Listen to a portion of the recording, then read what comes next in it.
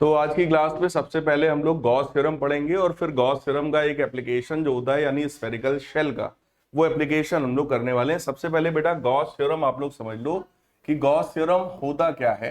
Gauss theorem simply दो चीजों के बीच का रिलेशन बताता है, जिसमें से एक चीज है इलेक्ट्रिक फ्लक्स और दूसरा है चार्ज। ठीक, गॉस थ्योरम सिर्फ और सिर्फ दो चीजों के बीच का रिलेशन बताता है। It tells about relation between electric flux, जिसको हम लोग फाई ई लिख सकते हैं, एंड क्यू इन यानी कि इनक्लोज्ड चार्ज।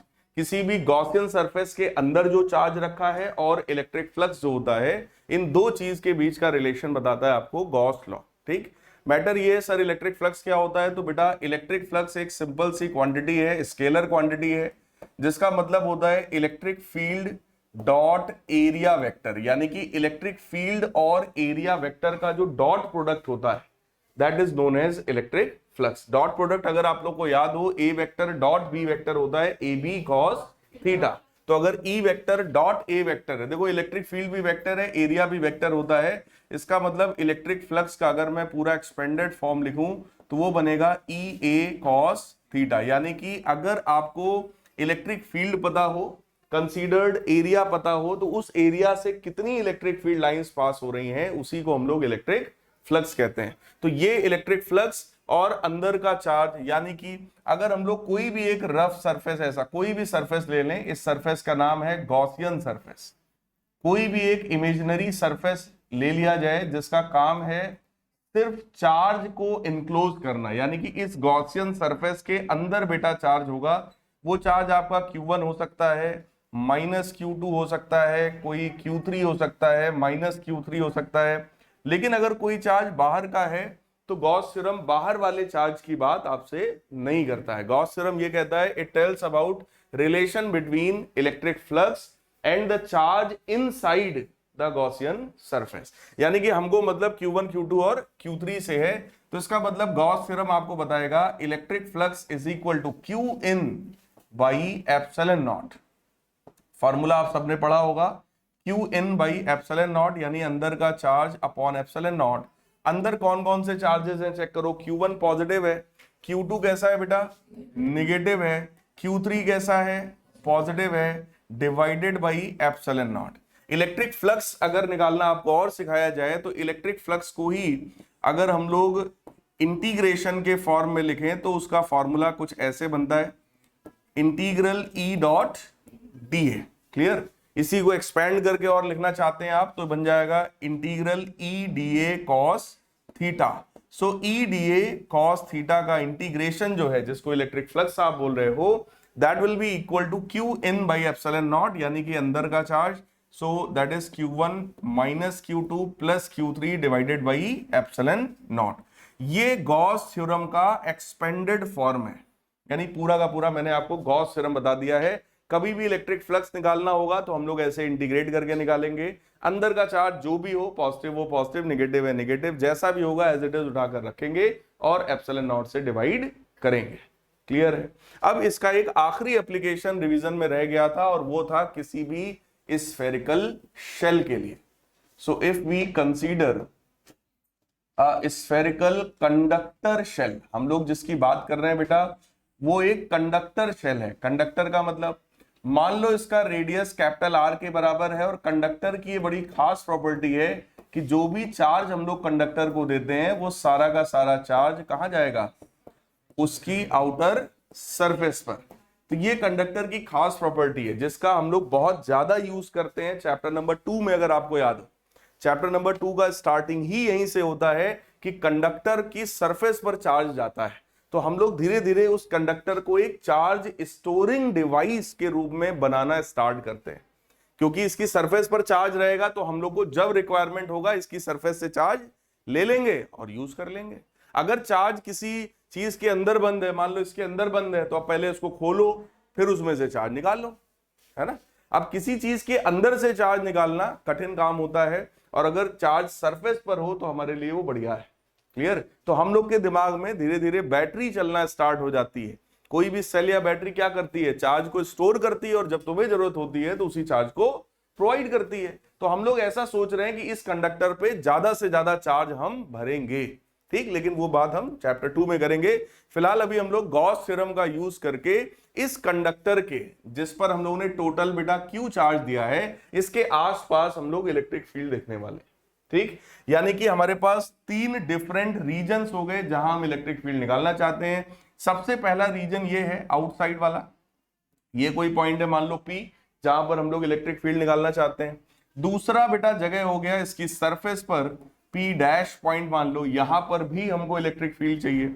और साथ ही साथ एक पॉइंट इसके अंदर हो गया जिसको हम लोग P डबल डैश मान सकते हैं, तो वहां पर भी हमें इलेक्ट्रिक फील्ड चाहिए। अब इलेक्ट्रिक फील्ड को निकालने के सिर्फ और सिर्फ 2 तरीके होते हैं, मैंने इन लोगों को सिखाए हैं। सबसे पहला तरीका होता है कूलम्स लॉ, बोलो कूलम्स लॉ का यूज करते हैं, मतलब एक एलिमेंट मानो, एलिमेंट की वजह से इलेक्ट्रिक फील्ड निकालो और उसको इंटीग्रेट करो। याद करिए पिछली क्लास में रिंग वाला डेरिवेशन किया था हम लोगों ने, ठीक, वो उसी कूलम्स लॉ पर बेस्ड था। और बेटा दूसरा तरीका इलेक्ट्रिक फील्ड निकालने का होता है गॉस थ्योरम, जिसका हम लोग यूज करने चल रहे हैं। और उसके लिए सबसे पहले स्टार्टिंग में ही हम लोग को एक गॉसियन सरफेस चाहिए। तो ये देखिए हमने एक गॉसियन सरफेस अज्यूम किया। गॉसियन सरफेस की प्रॉपर्टी सिर्फ इतनी सी है, it should be a closed surface just to enclose all charge, सारे चार्ज को एनक्लोज करने की कोशिश ये करता है।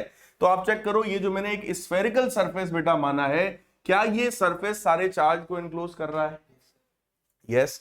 और गॉस लॉ अगर अप्लाई करना है तो आपको पता है इलेक्ट्रिक फ्लक्स चाहिए। इलेक्ट्रिक फ्लक्स में 2 चीजें होती हैं, इलेक्ट्रिक फील्ड और एरिया।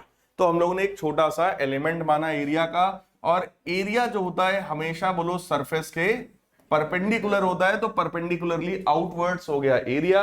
और पॉजिटिव चार्ज अगर है तो बोलो इलेक्ट्रिक फील्ड किधर क्रिएट करेगा? पॉजिटिव चार्ज हमेशा खुद से दूर इलेक्ट्रिक फील्ड क्रिएट करता है, ऑलवेज पॉजिटिव अपने से दूर क्रिएट करता है और निगेटिव अपनी तरफ इलेक्ट्रिक फील्ड क्रिएट कराता है। तो आप समझ लीजिए इसने, इस वाले पॉजिटिव ने जो इलेक्ट्रिक फील्ड क्रिएट किया वो अपने से दूर क्रिएट किया। और जरा चेक करो इलेक्ट्रिक फील्ड और एरिया दोनों के बीच का बेटा एंगल कितना है? That angle is 0।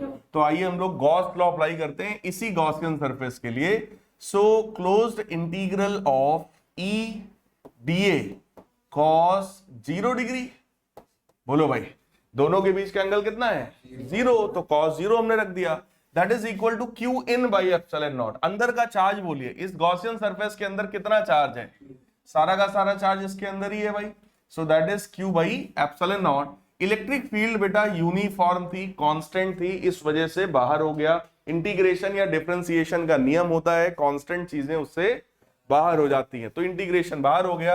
अंदर सिर्फ और सिर्फ क्या बचा? Integration of DA. cos 0 कितना होता है? 1, तो वो गायब हो गया।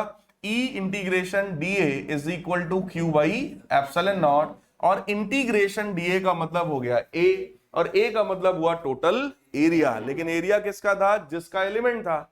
एलिमेंट किसका था? गॉसियन सरफेस का, तो एरिया भी किसका होगा? गॉसियन सरफेस का। गॉसियन सरफेस का रेडियस अगर बेटा मैं स्मॉल r मान लूं, भाई कैपिटल R तो इसका मान ही चुके हैं, तो उसका अगर मैं अपनी तरफ से स्मॉल r मान लूं, तो बोलो उसका एरिया कितना होगा?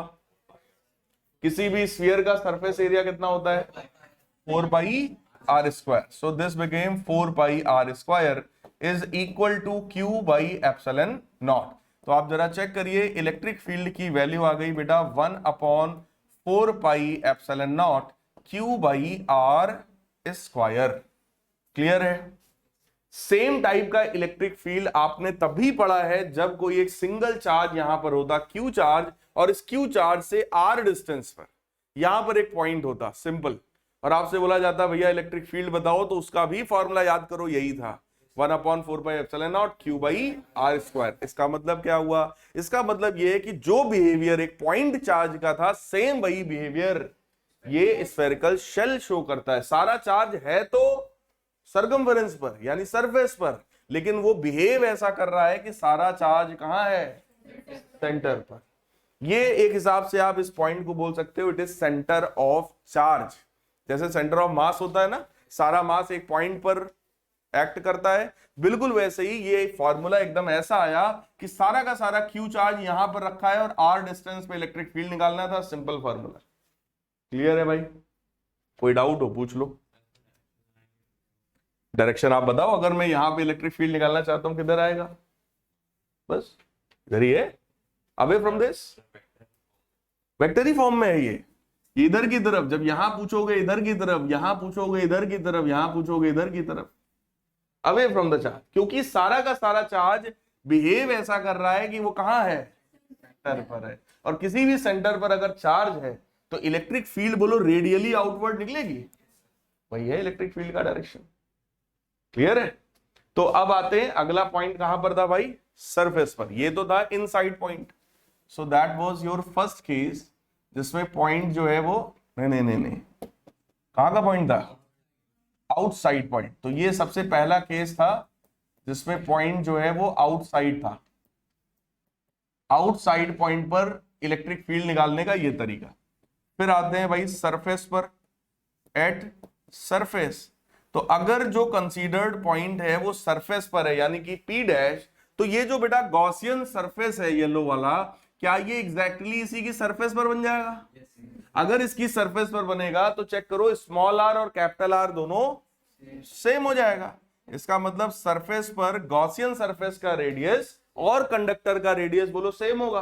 क्या ये बात सोच पा रहे हैं? जो येलो वाला सरफेस है उसको इसी व्हाइट वाले पर ही बना दो, तो इसका मतलब स्मॉल आर और कैपिटल आर सेम हो गया। और अगर सेम होगा बेटा तो इलेक्ट्रिक फील्ड कितना आएगा सरफेस पर? That is 1 Q by capital R square. Everything is same, check कर लीजिए, कोई भी चेंज नहीं आएगा, सब कुछ सेम एज इट इज, सिर्फ स्मॉल आर की जगह कैपिटल आर आ जाएगा, तो हमारा फार्मूला बन गया। क्लियर? अब आते हैं, अगर मान लीजिए पॉइंट इनसाइड का पॉइंट हो, थर्ड केस इनसाइड पॉइंट। अगर अंदर हम लोग कोई सा भी पॉइंट मानते हैं, जैसे हम लोगों ने माना भी है P डबल डैश वाला पॉइंट, उस वाले पॉइंट से पास होने वाला अगर मैं एक गॉसियन सरफेस ऐसा बना भी दूं, ठीक, तो क्या इस गॉसियन सरफेस के अंदर कोई भी चार्ज है? बताओ भाई, क्या गॉसियन सरफेस के अंदर कोई भी चार्ज है?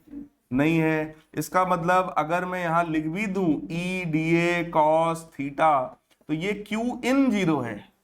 और अगर Q इन 0 है तो हमारी मजबूरी है कि हम यहां कुछ नहीं कर सकते, इलेक्ट्रिक फील्ड कितना हो गया? 0। इसका मतलब बेटा किसी भी कंडक्टर के अंदर इस पूरे रीजन में, बहुत ध्यान से देखिएगा, कंडक्टर के अंदर इस पूरे रीजन में, ये पूरे रीजन में इलेक्ट्रिक फील्ड कितना होता है?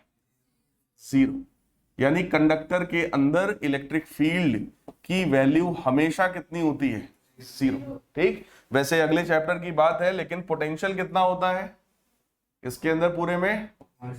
Potential is constant. तो अंदर बेटा पोटेंशियल कांस्टेंट होता है, जो कि सेकंड चैप्टर में अभी हम लोग पढ़ने भी वाले हैं। वैसे आप लोग रिवीजन कर रहे हो तो आपको पता होना चाहिए, अंदर इलेक्ट्रिक फील्ड जो है वो 0 है और पोटेंशियल कैसा होता है? कांस्टेंट होता है।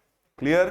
तो फिलहाल इलेक्ट्रिक फील्ड आउटर रीजन में ये है, सरफेस पर ये है और इनसाइड ये है। ये लॉन्ग क्वेश्चन में पूछा जाने वाला एक इंपॉर्टेंट डेरिवेशन है।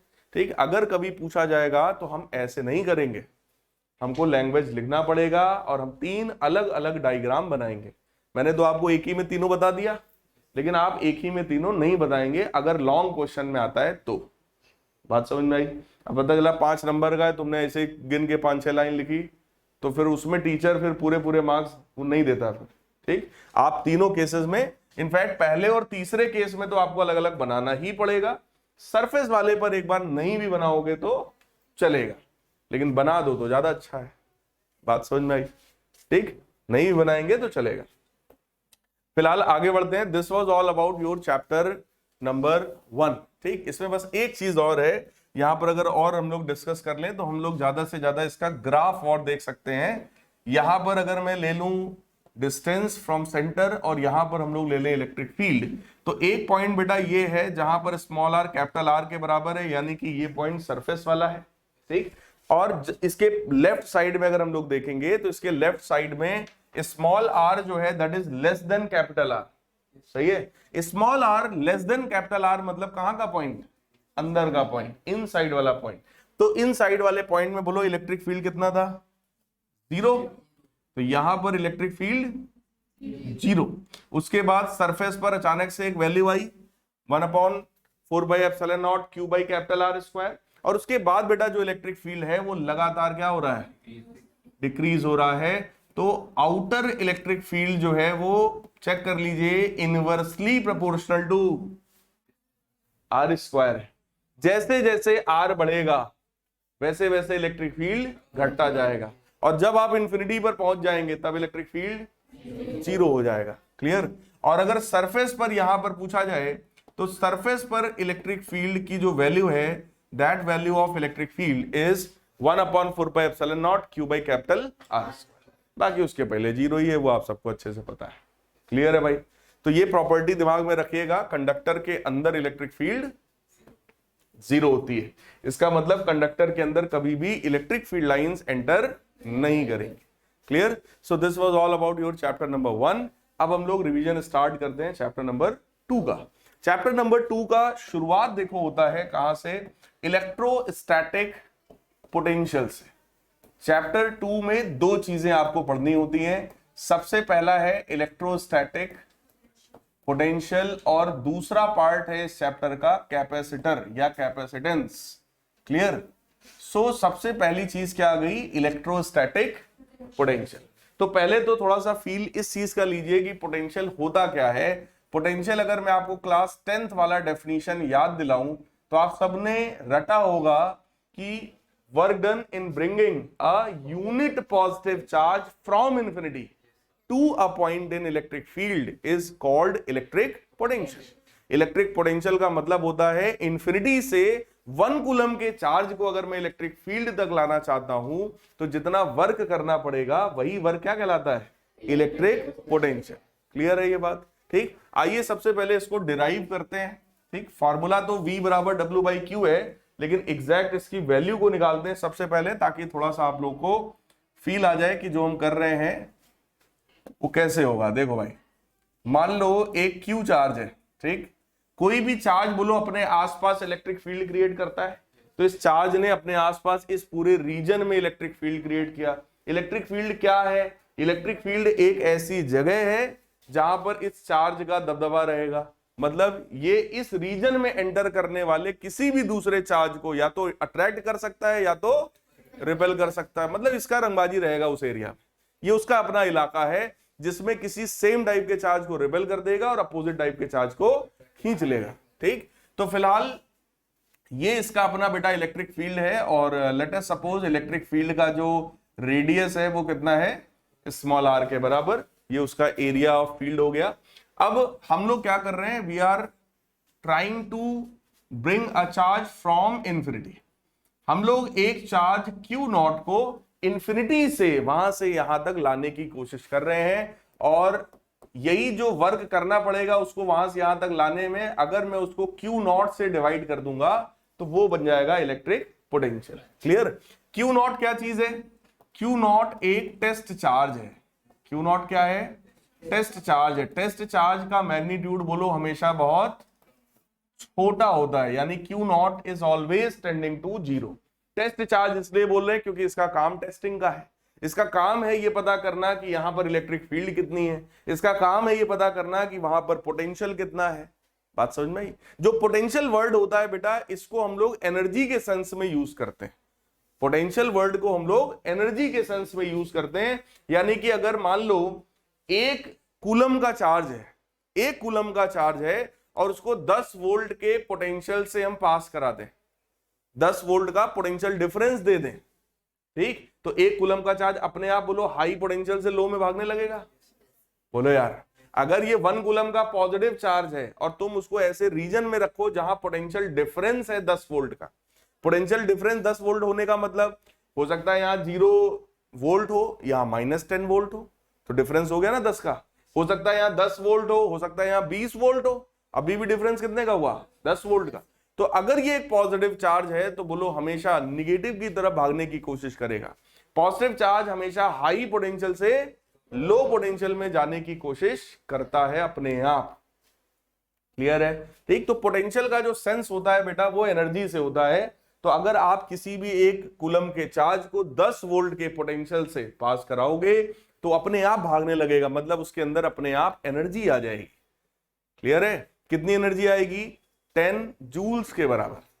1 कूलम का चार्ज है, 10 वोल्ट के पोटेंशियल डिफरेंस से पास करोगे, एनर्जी कितनी आएगी? 10 जूल के बराबर। कहां से आई? यहां से। W बराबर Q नॉट V भी होता है। पोटेंशियल डिफरेंस कितने का था? 10 वोल्ट का। चार्ज कितना है? 1 coulomb. So 1 into 10 that will B amount of work done. भाई भागने में कितना वर्क किया? 10 जूल का, और 10 जूल की एनर्जी रही होगी तभी तो वर्क किया। इसका मतलब energy is also form of, मतलब work is also form of energy. Clear है? तो जितना वर्क होगा उतनी एनर्जी होगी। तो कहने का मतलब पोटेंशियल एनर्जी को रिप्रेजेंट करता है। जितना ज्यादा पोटेंशियल, समझ लो ये चार्ज में एनर्जी उतनी ज्यादा है। फिलहाल हम लोग उस Q नॉट वाले चार्ज को इन्फिनिटी से खींच के इधर तक लाना चाहते हैं। अब आप लोग मुझे ये बताएं, जो लोग नए हैं, क्या ये चार्ज Q नॉट अपने आप इधर आना चाहेगा या हमें खींच के लाना पड़ेगा? लाना पड़ेगा। क्यों? क्योंकि दोनों कैसे हैं? पॉजिटिव चार्ज है, दोनों बेटा आपस में रिपल्शन होगा। क्लियर? लेकिन चलिए, अगर मैं उसको मान लो वहां से यहां तक खींच के ले ही आता हूं जैसे तैसे, तो टोटल डिस्प्लेसमेंट बोलो इनफाइनाइट कर जाएगा। अगर ये इन्फिनिटी पर है, बहुत दूर है, तो डिस्प्लेसमेंट वहां से यहां तक कितना होगा? इनफाइनाइट। और वर्क का फॉर्मूला होता है फोर्स इनटू डिस्प्लेसमेंट। ठीक, डिस्प्लेसमेंट अगर इनफाइनाइट डाल देंगे तो वर्क कितना आ जाएगा? इनफाइनाइट। लेकिन इनफाइनाइट वर्क कभी भी नहीं होगा, इसका मतलब वोल्टेज इनफाइनाइट हो गया। यहां 22,000 वोल्ट पे ऐसी तैसी हो जाती, इनफाइनाइट हो जाएगा, तब क्या होगा? बोलो यार। देखते हो ना, 22,000 वोल्ट खतरा, 44,000 वोल्ट खतरा। तो जब 22,000 वोल्ट पे इतना खतरा है तो इनफाइनाइट वोल्ट पे क्या होगा? और वोल्टेज किसको रिप्रेजेंट करता है? एनर्जी को, यानी इनफाइनाइट एनर्जी। तो इसका मतलब कहीं ना कहीं कॉन्सेप्ट में कमी है, और कमी ये है, वर्क दो तरीके के फोर्सेस की वजह से हो सकता है, या तो कांस्टेंट या तो वेरिएबल। यहां पर जो फोर्स है बेटा वो वेरिएबल है। इस चीज को आइए मैं आपको दिखाता हूं क्यों वेरिएबल है। क्योंकि अगर मान लो मैं कंसीडर करूं ये Q नॉट चार्ज खींचते खींचते हम यहां तक ले आए जैसे तैसे, ठीक, अगर वो इस वाले चार्ज से अभी फिलहाल x डिस्टेंस पर है, तो बोलो ये वाला चार्ज उसको रिपेल करेगा। इसने इसको इधर की तरफ रिपेल किया, और ये रिपल्शन का जो फोर्स है that is 1/4πε0 Q naught by x square. बोलो यार। और ये x लगातार कम हो रहा है। अगर x कम हो रहा है तो फोर्स लगातार बढ़ रहा है, और अगर फोर्स बढ़ रहा है तो भैया फोर्स कैसा हुआ? वेरिएबल फोर्स हुआ। क्या ये बात बेटा समझ में आया? जब फोर्स वेरिएबल होता है तो मेथड ऑफ इंटीग्रेशन से हम लोग वर्क कैलकुलेट करते हैं। ठीक, इसका मतलब अगर हमें वर्क कैलकुलेट करना है तो हमको एक छोटा सा डिस्प्लेसमेंट मानना पड़ेगा। लेट अस सपोज हम A से केवल B तक चार्ज को खींच कर लाए हैं, A से केवल B तक चार्ज को खींच कर लाए हैं, तो डिस्प्लेसमेंट बोलो लेफ्ट साइड में हुआ। डिस्प्लेसमेंट किधर हुआ? लेकिन फोर्स किधर लग रहा है भाई साहब? राइट में। तो ऐसे में जो वर्क हमें करना पड़ेगा, देखो वर्क का फॉर्मूला होता है फोर्स इनटू डिस्प्लेसमेंट। क्लियर? या पूरा फॉर्मूला बताएं तो FD cos थीटा। और बहुत ध्यान से यहां पर चेक करिएगा, फोर्स उधर है, डिस्प्लेसमेंट इधर है, और एंगल कितना है? 180। cos 180 कितना होता है? -1। तो ये बनेगा माइनस, और फोर्स की वैल्यू अपने को पता है 1/4πε0 Q naught by x square into dx। तो बेटा अगर यही फोर्स केवल 10 न्यूटन का होता, 15 न्यूटन का होता, तो हम सीधे सीधे बोलते sir 10 Newton multiplied by infinite. लेकिन ये फोर्स खुद ही चेंज हो रहा है। बोलो यार। जब चार्ज यहां इंफिनिटी पर था तो उसको खींचने में बहुत कम फोर्स लगा, जैसे जैसे उसके पास ला रहे हैं वैसे वैसे फोर्स की वैल्यू बढ़ती चली जा रही है। क्लियर? तो ये फोर्स खुद ही वेरिएबल है। वेरिएबल टाइप के फोर्सेस की वजह से अगर वर्क निकालना है तो मेथड कौन सा है? Integration. So we will now integrate it both side. Clear? यहां पर चेक करो बेटा, dw का इंटीग्रेशन कितना होगा? w जो कांस्टेंट है भैया बाहर करो, तो Q नॉट अपॉन 4πε0, बोलो सब बाहर हुआ। अंदर बेटा क्या बचेगा?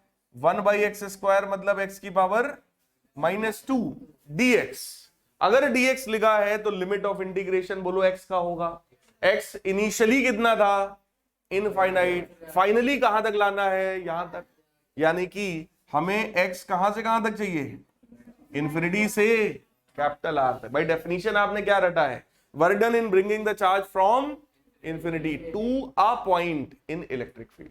हमें एकदम इलेक्ट्रिक फील्ड में यहां अंदर तक नहीं लाना है, हमको इलेक्ट्रिक फील्ड के किसी भी एक पॉइंट तक लाके छोड़ देना है। उसके बाद का काम अब इलेक्ट्रिक फील्ड जाने। बोलो यार, वहां से हम खींच के लाएंगे और यहां पर चार्ज को रख देंगे, इसके बाद का काम किसका है? इलेक्ट्रिक फील्ड का। अब वो करे जो करना है। तो फिलहाल अगर हम लोग यहां पर इसको इंटीग्रेट करते हैं तो जरा चेक करिएगा W कितना आएगा बेटा। So that will become Q naught upon 4 pi epsilon naught. x की पावर -2 का इंटीग्रेशन कितना होता है? क्यों भाई? x की पावर -2 का इंटीग्रेशन कितना होता है? x की power -1 upon -1 from infinity to capital R। Check करिएगा, ये वाला माइनस और ये वाला माइनस क्या हो गया? प्लस। तो Q naught upon 4 pi epsilon naught x to the power -1, और x की पावर -1 मतलब 1/x, और 1/x में अगर आप लिमिट लगाते हो तो 1/r माइनस 1/e। क्या ये बात समझ में आई? तो टोटल वर्क बेटा कितना हुआ? 1 upon 4 pi epsilon naught Q naught by R।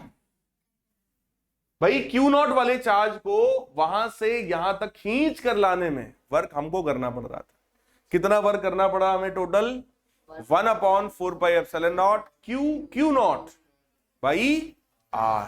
और ये जो वर्क है चेक करो, वो x पर या इंफिनिटी पर डिपेंड, ये किस पर डिपेंड कर रहा है? R पर। ठीक, इलेक्ट्रिक फील्ड की डिस्टेंस पर जहां तक तुम लाना चाहते हो उस पॉइंट पर डिपेंड कर रहा है। इसका मतलब पोटेंशियल, ये जो हम लोग अभी आगे वर्क निकालेंगे, जो पोटेंशियल निकालेंगे, पोटेंशियल किसकी प्रॉपर्टी है? उस पर्टिकुलर जगह की, उस पर्टिकुलर पॉइंट की। तो अगर यहां पर इलेक्ट्रिक फील्ड पूरे में फ्लो हो रहा है तो इस जगह पर पोटेंशियल अलग होगा और इस जगह पर पोटेंशियल ज्यादा किधर होगा? अगर इलेक्ट्रिक फील्ड ऐसे है, ज्यादा किधर होगा? इधर। हाई से लो में इलेक्ट्रिक फील्ड जाता है भाई हमेशा, तो इधर ज्यादा रहा होगा और इधर कम रहा होगा। ऐसा क्वेश्चन भी आप लोगों ने किया है। फिलहाल वर्क की वैल्यू अपने को मिल गई, लेकिन हमको क्या निकालना था भाई? पोटेंशियल। तो पोटेंशियल क्या होता है? V बराबर W बाई Q नॉट। तो अगर मैं Q नॉट से डिवाइड कर दूं तो Q नॉट से Q नॉट कैंसिल, ये कितना आएगा बेटा? Q by R।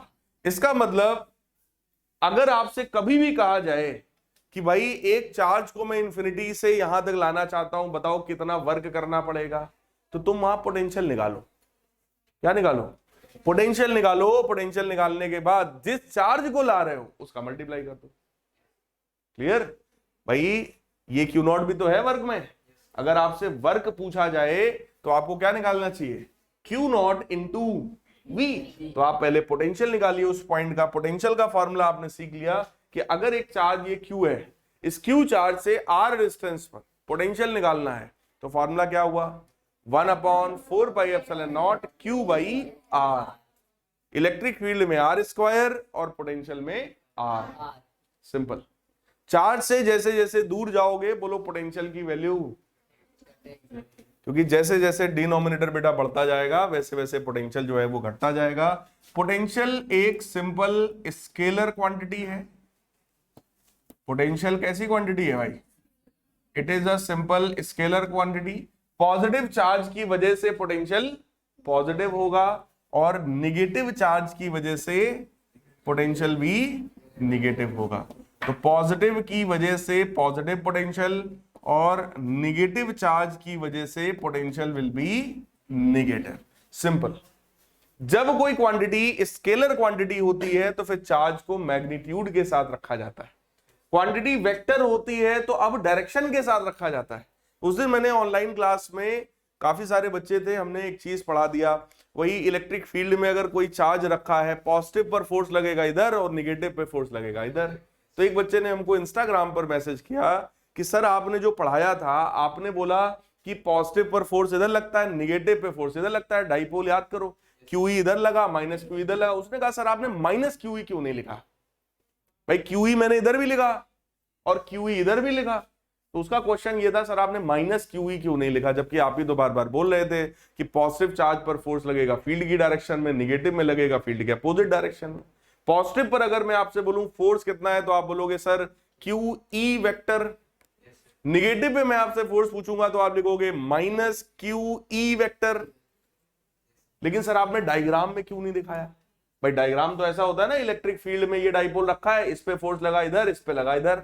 अब उसका मतलब था यहां माइनस क्यू ई क्यों नहीं लिखा आपने? तो मैंने उसको यही चीज समझाया, हमने कहा बेटा फोर्स जो होता है वो वेक्टर क्वांटिटी है। क्लियर? अगर मैं लिख रहा हूं यहां पर क्यू ई वेक्टर, यहां पे फिर मुझे लिखना पड़ेगा माइनस क्यू ई वेक्टर। बात समझ में आई? लेकिन अगर मैं सिंपल लिख रहा हूं क्यू ई, तो मैं इधर भी लिख सकता हूं क्यू ई, क्योंकि डायरेक्शन तो पहले ही दिखा दिया हमने अपोजिट। बोलो यार। देखो फोर्स है, फोर्स वेक्टर होता है, वेक्टर के पास दो रूप हैं, एक मैग्नीट्यूड का और दूसरा डायरेक्शन का। अगर मैंने डायरेक्शन पहले से दिखा दिया तो फिर मैग्नीट्यूड को निगेटिव करने का कोई मतलब। 5 न्यूटन का फोर्स अगर इधर होता है तो -5 न्यूटन का इधर होता है, सबको पता है। लेकिन अब फोर्स के मैग्नीट्यूड में अगर कोई तुमसे बोले -5 फोर्स का मतलब क्या है? भाई 0 फोर्स मतलब 0 न्यूटन मतलब फोर्स नहीं लगा, 1 न्यूटन मतलब थोड़ा लगा, 2 न्यूटन मतलब ज्यादा लगा, 5 न्यूटन मतलब और ज्यादा लगा। तो -5 न्यूटन मतलब कुछ नहीं, -5 न्यूटन का कोई मतलब। लेकिन अगर मैं बोल रहा हूं कि 5 न्यूटन ईस्ट में लगा तो ये प्लस का 5 न्यूटन है। मैं बोल रहा हूं 5 न्यूटन वेस्ट में लगा तो ये माइनस जो है ये डायरेक्शन का माइनस है या 5 का माइनस है? ये डायरेक्शन का माइनस है। -5 न्यूटन का बोलो कोई मतलब नहीं है, ये माइनस सिर्फ किसको दिखा रहा है? डायरेक्शन। तो बच्चा उसी चीज में कंफ्यूज हो गया। तो ये आपके दिमाग में एकदम क्लियर होना चाहिए। किसी भी फॉर्म, जैसे इलेक्ट्रिक फील्ड है, मान लो इलेक्ट्रिक फील्ड का फॉर्मूला 1/4πε0 Q/r²। यहां पर जो चार्ज Q है, अब उसको हम मैग्नीट्यूड के साथ, मतलब उसके प्लस माइनस साइन के साथ हम नहीं रखेंगे, कोई मतलब नहीं है। हमको बस ये पता होना चाहिए कि पॉजिटिव चार्ज इलेक्ट्रिक फील्ड अपने से दूर क्रिएट करता है, निगेटिव चार्ज है तो अपनी तरफ करता है। That's it. डायरेक्शन दिखा देंगे लेकिन फार्मूला में हम प्लस या माइनस। लेकिन अगर इलेक्ट्रिक पोटेंशियल की बात आएगी तो अब हम चार्ज को रखेंगे पॉजिटिव और निगेटिव चार्ज को रखेंगे निगेटिव। बात समझ में आई? क्यों? क्योंकि ये क्वांटिटी कैसी है, इसके निगेटिव होने का मतलब है, लेकिन वेक्टर की क्वांटिटी निगेटिव होने का कोई मतलब। अगर कोई वेक्टर है, मान लो AXi cap plus AYJ cap plus AZK cap, या सिंपल चलो करते हैं 3i cap plus 4j cap, क्या आप इसका मैग्नीट्यूड मुझे बता सकते हैं? कितना होगा? √25 ना, 5। मतलब मैग्नीट्यूड निकालने का तरीका क्या है? अगर वेक्टर है बेटा 3i cap plus 4j cap, तो मैग्नीट्यूड का मतलब होता है √i वाले टर्म का स्क्वायर प्लस j वाले टर्म का स्क्वायर, मतलब √3² प्लस 4²। और जब अंडर तुमने लगा दिया तो अब जो वैल्यू आएगी फिजिक्स में वो कैसी आएगी? पॉजिटिव। हम मैथ्स तो पढ़ नहीं रहे कि हम वहां पे आयोटा और ये सब ले आए, कॉम्प्लेक्स नंबर बना दें, ऐसा तो है नहीं। हम तो फिजिक्स पढ़ रहे हैं, तो इसका मतलब वो वैल्यू कैसी आएगी?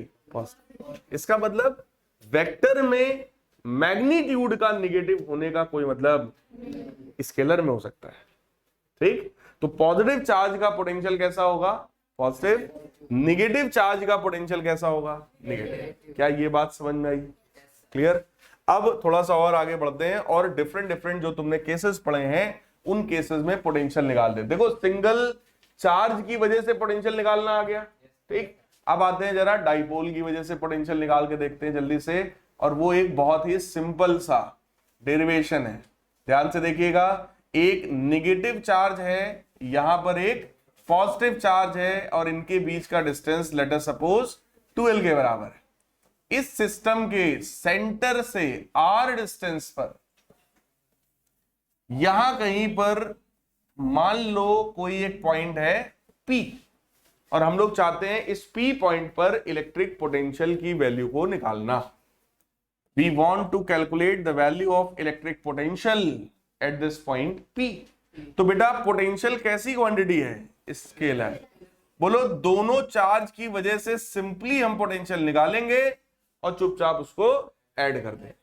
Q की वजह से निकालेंगे, -Q की वजह से निकालेंगे और दोनों को ऐड करेंगे। अब आप ही लोग मुझे बताइए, Q चार्ज की वजह से जो पोटेंशियल होगा क्या वो पॉजिटिव होगा? 1/4πε0 चार्ज कितना है Q, और इसका डिस्टेंस बोलो ये होगा, और ये कितना है भाई, total R minus L, R minus L। भाई साहब अगर ये 2L है तो ये भी L होगा और ये भी L होगा, तो ये है टोटल R, ये है L, तो ये कितना होगा, this is R minus L। और यहां से यहां वाली दूरी जो अभी आगे हम यूज करने वाले हैं, ये कितना होगा, ये तो आप लोगों ने पहले चैप्टर में भी यूज किया है भाई डेरिवेशन में। तो ये तो हो गया पॉजिटिव चार्ज की वजह से पोटेंशियल जो कि पॉजिटिव है। अब ये बताओ बेटा अगला चार्ज निगेटिव है तो उसकी वजह से पोटेंशियल यहां कैसा होगा, negative. Clear? So that is -1/4πε0 Q divided by R plus L। किसी को कोई डाउट हो इसमें तो पूछ लीजिए। Q/4πε0 1/R minus L minus 1/R plus L। सो Q/4πε0 एलसीएम जब आप लेंगे तो बनेगा R plus L minus R plus L। बोलो यार, तो यहां पर क्या क्या कैंसिल होगा, R से R कैंसिल, तो क्या बचेगा 2L। सही है, तो यहां पे मैं सीधे सीधे लिख रहा हूं 2L, और ये क्या बना A plus B A minus B. Clear? तो ये जरा ध्यान से चेक करिएगा, P पॉइंट पर जो पोटेंशियल आया, क्या वो potential 1/4πε0 P upon R square minus L square आया है ना। P समझ रहे हो ना, डाइपोल मूवमेंट। डाइपोल मूवमेंट याद करो भाई, डाइपोल के लिए डिफाइन किया जाता है, और डाइपोल मूवमेंट का मतलब होता है Q मल्टीप्लाइड बाई 12, यानी चार्ज मल्टीप्लाइड बाई उनके बीच का डिस्टेंस, इसको बोलते हैं डाइपोल मूवमेंट। डाइपोल मूवमेंट कैसी क्वांटिटी है बेटा, vector, it is a vector quantity, और इसका डायरेक्शन किधर से किधर होता है, निगेटिव से positive. Clear? So dipole movement is a vector quantity having direction from negative charge to positive charge. तो ये रहा भैया पोटेंशियल का value, that is 1/4πε0 P upon R square minus L square. उसमें भी अगर वो अप्रोक्सीमेशन यूज कर ले कि अगर डाइपोल है तो ये L लेंथ बहुत छोटा होगा, तो अगर ये बहुत छोटा है तो ये अपने आप बहुत बड़ा होगा R। क्लियर? तो R is very much greater than L। अगर वो अप्रोक्सीमेशन यूज करेंगे तो नीचे से L स्क्वायर नेग्लिजिबल हो जाएगा, तो क्या बचेगा। तो ये तब आया है जब हमने ये वाला अप्रोक्सीमेशन यूज किया कि R is very much greater than L। क्या ये बात समझ में आई? ठीक, तो ये पोटेंशियल का वैल्यू अपने पास आ गया है। अब आइए आगे बढ़ते हैं, और इसी सिस्टम के, इसी डाइपोल के, देखो ये पोजीशन जो है ये एक्सियल पोजीशन कहलाती है ना। ये आपको मैं बता चुका हूं पिछले चैप्टर में, ये एक्सियल पोजीशन है, या इसी को बोलो एंड ऑन पोजीशन भी कहा जाता है, that is also known as end on position. Clear? अब आते हैं अगला, equatorial position of dipole. Equatorial position of dipole, या इसी का दूसरा नाम क्या था भाई, broad side on position. Broad side on का मतलब होता है बेटा परपेंडिकुलर बाइसेक्टर। तो अगर मान लीजिए ये सिस्टम है, ये नेगेटिव चार्ज है, ये पॉजिटिव चार्ज है, और इनके बीच का डिस्टेंस 2L के बराबर है, तो इसके सेंटर से यहां कहीं P पॉइंट है जो कि R डिस्टेंस पर है। पिछली बार भी याद करो, सेंटर से R डिस्टेंस पर इधर पॉइंट था, अभी सेंटर से R डिस्टेंस पे यहां कहीं पर पॉइंट है। इस तरह का पॉइंट जो कि परपेंडिकुलर बाइसेक्टर पर है उसको क्या बोलते हैं, इक्वेटोरियल पॉइंट या इक्वेटोरियल पोजीशन। अब इस पॉइंट पर अगर आपसे कहा जाए कि भाई यहां पर आप हमें पोटेंशियल बताओ, तो अगेन कॉन्सेप्ट एकदम सिंपल है, Q की वजह से निकालेंगे, माइनस Q की वजह से निकालेंगे और ऐड कर देंगे। Q चार्ज की वजह से बेटा पोटेंशियल का फॉर्मूला बताइए, Q अपॉन R, है ना। R कितना है ये, बोलो यार, ठीक, ये कितना होगा, under root R square plus L square. Negative charge की वजह से बोलो पोटेंशियल निगेटिव होगा, and that will be also this,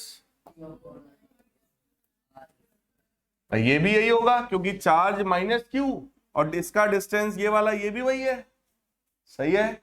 ये वैल्यू और ये वैल्यू सेम है, इसलिए नेट वैल्यू कितना आया बेटा। इसका मतलब किसी भी डाइपोल की इक्वेटोरियल पोजीशन पर यानी परपेंडिकुलर बाइसेक्टर के हर एक पॉइंट पर पोटेंशियल कितना होता है, 0। कोई डाउट इसमें, पक्की बात है। थर्ड इसका डेरिवेशन है जनरल पॉइंट, ठीक, that is electric potential at general point. General point वाला मैंने आपको बताया था उस समय, क्यों भाई, जनरल पॉइंट वाला बताया था आप लोगों को कि नहीं बताया था, नहीं बताया था, देख लीजिए भाई, बाद में बताया था, हाँ कोई बात नहीं, देख लीजिए। इस बार जो पॉइंट है बेटा वो किसी जनरल पोजीशन पर यहां कहीं पर पॉइंट है, ठीक, जो कि कुछ थीटा एंगल बना रहा है। देखो जो पहला केस आपका था एक्सियल पोजीशन, उसमें यही थीटा कितना था, 0। फिर इक्वेटोरियल आया, उसमें यही थीटा कितना है। अभी हम जनरल एंगल की बात कर रहे हैं, 45, 60, 30 ऐसा किसी एंगल की बात कर रहे हैं। और यहां पर अगर हमसे कहा जाए पोटेंशियल निकालो, तो हम फिर से वही कहेंगे सर पोटेंशियल का कॉन्सेप्ट तो एकदम सिंपल होता है भाई, दोनों चार्ज की वजह से हम पोटेंशियल निकालेंगे और उसको अपना जोड़ घटा देंगे जैसा होगा। सो 1/4 पाई एप्सिलॉन नॉट, चार्ज है Q डिवाइडेड बाई, अब आते हैं डिस्टेंस पर। डिस्टेंस जरा चेक करिएगा, ये वाला डिस्टेंस होगा, ठीक, और दूसरे चार्ज की वजह से जब निकालेंगे तो वो डिस्टेंस ये होगा, सही है। जो हम लोग को गिवन है ऑलरेडी वो ये है कि ये डिस्टेंस है R1 और ये डिस्टेंस है R2, ठीक। तो इसका मतलब सिंपल सा ये हो गया कि हम लोग यहां पे लिख सकते हैं Q बाई R1, और निगेटिव की वजह से पोटेंशियल निगेटिव होगा, सो that is -1/4 pi epsilon naught Q by R2, सही है। यहां से चेक करो बेटा, जो कॉमन हो सकता था हमने कॉमन किया, तो ये बनेगा 1/R1 माइनस 1/R2। एलसीएम लीजिए, क्या आएगा, R2 माइनस R1 अपॉन, क्या ऐसा बनेगा। तो पोटेंशियल का ये फॉर्मूला अपने पास आया, ठीक, पोटेंशियल का ये फॉर्मूला अपने पास आया। लेकिन अब इसी में थोड़ा सा मैनिपुलेशन किताबों में किया गया है, तो वो चीज मैं आपको सिखा रहा हूं। यहां पर देखो R2 माइनस R1 क्या है, R2 ये डिस्टेंस है और R1 ये डिस्टेंस है, इन दोनों का अपने को डिफरेंस निकालना है कि दोनों में क्या डिफरेंस है। तो हमने एक काम किया, जितना ये लेंथ था, ठीक, उतना अपना उसमें लीजिए और यहां से रखकर एक आर्क कट कर दीजिए। तो इसका मतलब अगर मैं यहां से एक परपेंडिकुलर ड्रॉ करूं ऑन दिस सरफेस, बहुत ध्यान से देखिएगा जरा, अगर मैं यहां से एक परपेंडिकुलर ड्रॉ करूं तो जरा चेक करो, क्या ये डिस्टेंस और ये डिस्टेंस लगभग लगभग बराबर है। ये डिस्टेंस और ये डिस्टेंस, क्या ये ऑलमोस्ट इक्वल है, सही है। इसका मतलब अगर ये R1 है तो भाई साहब ये भी कितना होगा, R1। अब मैं इसको थोड़ा सा और सही करता हूं, ये यहां तक है R1 और पूरा कितना था, R2। देख लो बेटा, इसमें कोई डाउट हो तो बताओ। हमको फॉर्मूले में आया R2 माइनस R1, तो अब हम इसमें जबरदस्ती की कुछ कलाकारी कर रहे हैं क्योंकि किताबों में है ऐसा, तो हम लोग ऐसा अप्रोक्सीमेशन लगा रहे हैं कि ये पूरा R2 है, ये R1 है, हमें दोनों का डिफरेंस निकालना था। तो अगर कंस्ट्रक्शन की बात करें तो सिंपल सा वो क्या बोलते हैं उसको, कंपास आप लीजिए, यहां पे रखिए उसका एक पॉइंट और ये लेंथ उसमें ले लो, ठीक, फिर यहां रखो और एक ऐसा आर्क यहां मार दो। इसका मतलब जो लेंथ इधर था वही उतना लेंथ हमने इधर ले लिया, ठीक। तो कहने का मतलब सिंपल सा ये होगा कि अपने पास अगर ध्यान से देखो R2 माइनस R1, तो क्या R2 माइनस R1 बेटा ये है, देखो टोटल कितना है R2, ये कितना है R1, तो ये क्या होगा, सही है भाई। और अगर ये डाइपोल है और डाइपोल के जो दो चार्जेस होते हैं ये बहुत ही पास पास होते हैं, अगर ये दोनों चार्जेस बहुत पास पास होंगे तो क्या ये एंगल और ये एंगल ये सब बराबर ही होगा। इवन अगर मैं इसको भी ऐसे आगे बढ़ाऊं तो ये भी थीटा ही होगा, ये सब बराबर है। क्यों, क्योंकि ये सारे पॉइंट्स बहुत पास पास है। कुल डाइपोल है ही इतना बड़ा, बोलो यार इतना ही बड़ा डाइपोल है। अब इसी में जो भी तुम मान लो ये पॉइंट है, इसी पॉइंट को आप इससे मिलाओ, इसी को आप इससे मिलाओ, इसी को इसके बीच वाले पॉइंट से मिलाओ, क्या ये सारे एंगल बराबर होंगे, है इतना सा डायग्राम। इसका मतलब ये थीटा थीटा ये सब थीटा आपस में क्या है, बराबर है। क्यों बराबर है, क्योंकि ये डाइपोल है और डाइपोल का मतलब distance between the charges is very very small. Clear है, ठीक। तो अगर ऐसा सिस्टम होगा तो भाई ये 12 है, ये थीटा है, तो बेटा क्या ये 12 cos थीटा हो गया कंपोनेंट। एंगल के साथ वाला कंपोनेंट बोलो cos वाला होता है, तो अगर ये 12 है ये थीटा है तो ये क्या होगा भाई साहब, दैट विल बी 12। तो Vp की जो वैल्यू अपने पास आई that is Q upon 4 pi epsilon naught 2L cos theta divided by R1 R2, ठीक।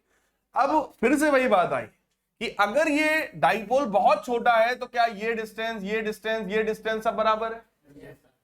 भाई अगर ये तीनों पॉइंट एकदम अगल बगल है लाइक दैट, तो क्या ये डिस्टेंस बेटा R1 R2 और ये वाली R ये सब बराबर हो गया, है ना। इसका मतलब हमने ये माना कि R1 R2 बराबर है और किसके बराबर है, क्लियर। तो फॉर्मूला हमारा ये आ गया। इसी को थोड़ा सा मैनिपुलेट अगर हम कर दें तो बनेगा 1 upon 4 pi epsilon not P cos theta by, क्या ये बात समझ में आई। देखो वैसे तो इस डेरिवेशन में कुछ था नहीं, इसीलिए जब मैं स्टार्टिंग में पढ़ा रहा था तो मैंने पढ़ाया ही नहीं था। इसमें ऐसा कुछ खास मेरे हिसाब से बताने लायक है ही नहीं, क्योंकि अगर आपको एक सिंगल चार्ज की वजह से पोटेंशियल निकालना आता है तो चाहे यहां पूछो चाहे यहां पूछो चाहे जहां पूछो, अगर हमें डिस्टेंस पता है तो बोलो वैल्यू डाल देंगे हम, काम खत्म हो गया। लेकिन किताबों में फिर हमने देखा, हालांकि पहले ही पता था बट किताब में देखा कि वो सिलेबस में है आपके, तो हमने वो चीज आपके लिए बाद में ऐड किया। ऐड में बस इतना ही था भैया कि ये 12 है ये थीटा है तो ये बनेगा 12 cos थीटा, ठीक। तो 12 cos थीटा लिख दिया। R1 R2 R के लगभग बराबर है, इसलिए R1 R2 का जो प्रोडक्ट है उसको मैं R² लिख सकता हूं। लेकिन खुद सोचो इतने अप्रोक्सीमेशन के साथ ये जो वैल्यू आएगी that will B approx value, ठीक। ये 100% एक्यूरेट नहीं होगी बट ये अप्रॉक्स वैल्यू होगी। इनफैक्ट जितने भी आपने डाइपोल में डेरिवेशन किए, चाहे ये वाला हो चाहे इसके पहले ये वाला हो, ये तो मान लो 0 ही है, चाहे ये वाला हो, ये भी बोलो अप्रोक्सीमेशन के साथ ही है। इसका मतलब हम लोग यहां पर एग्जैक्ट वैल्यू सीख ही नहीं रहे हैं, हमको तो एक अंदाजे से एक वैल्यू चाहिए। क्लियर है। So this was all about electric potential. अब अगली क्लास में हम लोग पोटेंशियल एनर्जी और कैपेसिटेंस की बात करेंगे इन डेप्थ।